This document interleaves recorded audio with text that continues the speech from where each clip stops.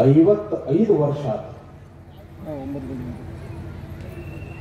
55 ವರ್ಷ ವೇದಾಂತ ಪರಿಷತ್ತನ್ನ ನಡೆಸಿಕೊಂಡು ಬಂದಿರುವಂತಹ ಒಂದು ಏಕೈಕ ಒಂದು ಭವ್ಯ ಪರಂಪರೆಯ ಮಠ ಮತ್ತು ಪೂಜ್ಯರು ಯಾರಾದರೂ ಇದ್ರೆ ಅದು ಇಂಚಲದ ಶಿವಾನಂದ ಭಾರತಿ ಅಪ್ಪಾಜಿ ಅವರು.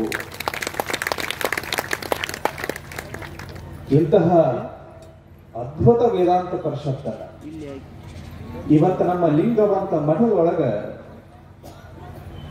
ನಾವೆಲ್ಲರೂ ಕೂಡ ಶರಣ ಮೇಳವನ್ನ ಮಾಡ್ತೀವಿ, ಮತ್ತೊಂದು ಮಗದೊಂದು ಸಮ್ಮೇಳನಗಳನ್ನ ಮಾಡ್ತೀವಿ.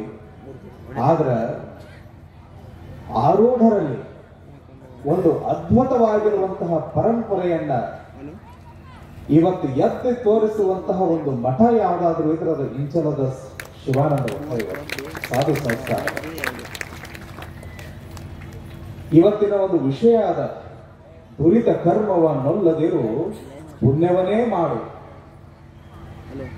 ಇವತ್ತು ನಾವೆಲ್ಲ ಇಲ್ಲಿ ಏನು ಕುಂತೀವಲ್ಲ, ನಾವೆಲ್ಲರೂ ಪುಣ್ಯವಂತರು. ಇವತ್ತು ಈ ಕಣ್ಣಿಂದ ಇಷ್ಟೆಲ್ಲ ಮಹಾತ್ಮರನ್ನು ಏನು ಉಣ್ಣಾಕತ್ತೀವಲ್ಲ, ಇದು ಪುಣ್ಯವನ್ನ ಲಭಿಸುವುದು ಅಂತ ಹೇಳಿ ಕರೀತಾರಲ್ಲ, ಆ ಲಭಿಸೋದು ಏನು ಇಲ್ಲ.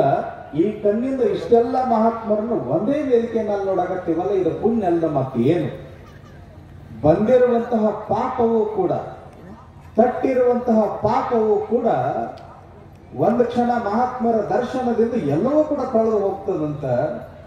ಅಂತಹ ಭಾರತದ ಆದಿಯಾಗಿ ಮಹಾಮಂಡಲೇಶ್ವರನ್ನ ಆದಿಯಾಗಿ ಇವತ್ತು ವೇದಿಕೆ ಮೇಲೆ ಮಹಾತ್ಮರನ್ನ ಕರೆಸಿಕೊಂಡಿದ್ದಾರೆ.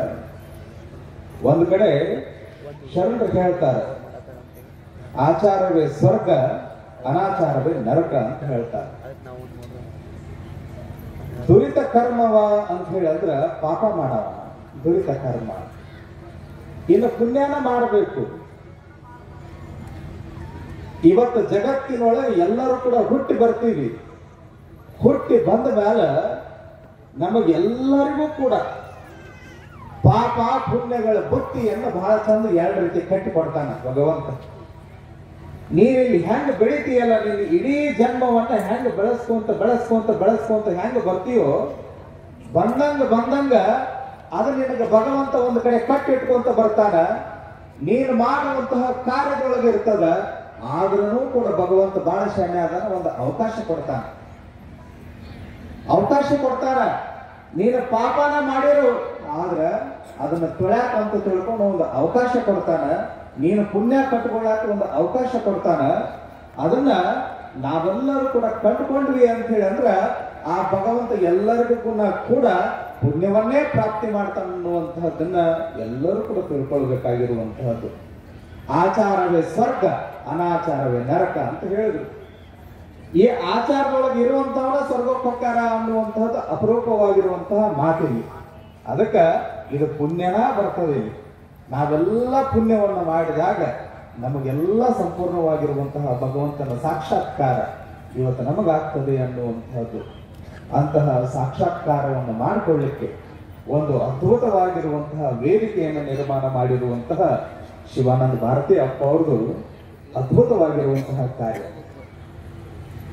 ಇವತ್ತ ಲಿಂಗಾಯತ ಪರಂಪರೆಯಲ್ಲಿ ಇವತ್ತು ಎಷ್ಟೋ ಮಠಗಳು ಇವತ್ತು ಶಿಕ್ಷಣದೊಳಗೆ ಕ್ರಾಂತಿಯನ್ನು ಮಾಡಿದಾವೆ.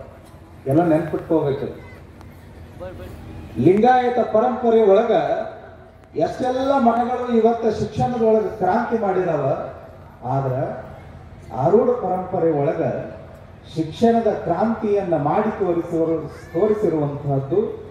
ಅದರಲ್ಲಿಯೂ ಕೂಡ ಬಹಳಷ್ಟು ಎತ್ತರಕ್ಕೆ ಶಿಕ್ಷಣವನ್ನ ಕೊಂಡೊಯ್ದಿರುವಂತಹ ಅಪರೂಪದ ಯೋಗಿಗಳು ಯಾರಾದರೂ ಇದ್ರೆ ಅದು ಇಂಚಲ ಮಠದ ಶಿವಾನಂದ ಭಾರತಿ ಅಪ್ಪ ಅವರನ್ನು ಹೇಳಿ ಮೊದಲನೇದಾಗಿ ನಾವು ಘಂಟಾಘೋಷವಾಗಿ ಹೇಳಬೇಕಾಗ್ತದೆ. ಅಂತಹ ಅಪರೂಪದ ಶಿವಯೋಗಿಗಳು ಇವತ್ತು ನಿಮ್ಮೆಲ್ಲರ ನಡುವೆ ಇವತ್ತು ನಮಗೆಲ್ಲ ದರ್ಶನ ಕೊಡಕತ್ತಾರೆ. ಇಷ್ಟೆಲ್ಲ ಮಹಾತ್ಮರು ಇದ್ದಾರೆ. ಇದೆಲ್ಲ ಪುಣ್ಯ ಅಲ್ಲದ ಮತ್ತೇನು. ಅದಕ್ಕೆ ಇದು ಎರಡು ಕಣ್ಣು ಸಾಲುವುದಿಲ್ಲ. ಆ ಭಗವಂತ ಇನ್ನೂ ಒಂದಿಷ್ಟು ಕಣ್ಣು ಕೊಟ್ಟಿದ್ರೆ ಎಲ್ಲ ನೋಡ್ಕೊಂಡು ಬರ್ಬೋದಾಗಿತ್ತು. ಅಷ್ಟು ಇದೊಂದು ಕೈಲಾಸ ಮಂಟಪದ ರೀತಿ ಒಳಗ ಇದೊಂದು ಭಾಸವಾಗಕತ್ತದ. ಇಂತಹ ಅಪರೂಪದ ಕಾರ್ಯಕ್ರಮದೊಳಗ ಇಷ್ಟೆಲ್ಲ ಮಹಾತ್ಮರನ್ನ ನೋಡುವುದೇ ಒಂದು ಖುಷಿ, ಅವರ ದರ್ಶನ ಮಾಡುವುದೇ ಒಂದು ಖುಷಿ. ಭಗವಂತ ಯಾವ ರೀತಿ ಪುಣ್ಯ ಕಟ್ಕೊಡ್ತಾನೆ ಅಂತ ಹೇಳಿದ್ರೆ ಇವತ್ತು ಅಪ್ಪಾಜಿ ಅವರ ರೂಪದೊಳಗ ನಮಗೆಲ್ಲ ಪುಣ್ಯ ಕಟ್ಕೊಡಕತ್ತಾರ. ಇದಕ್ಕ ನಾವೆಲ್ಲರೂ ಕೂಡ ಆಭಾರಿಯಾಗಿದ್ದೇವೆ ಅನ್ನುವಂತಹ ಮಾತನ್ನ ಪೂಜ್ಯ ಅಪ್ಪಾಜಿ ಅವರಿಗೆ ಅರ್ಪಿಸ್ತಾ ನನ್ನ 4 ಮಾತುಗಳಿಗೆ ವಿರಾಮ ನೀಡ್ತೇನೆ. ಎಲ್ಲರಿಗೂ ಕೂಡ ಶರಣಾರ್ಥಿಗಳು.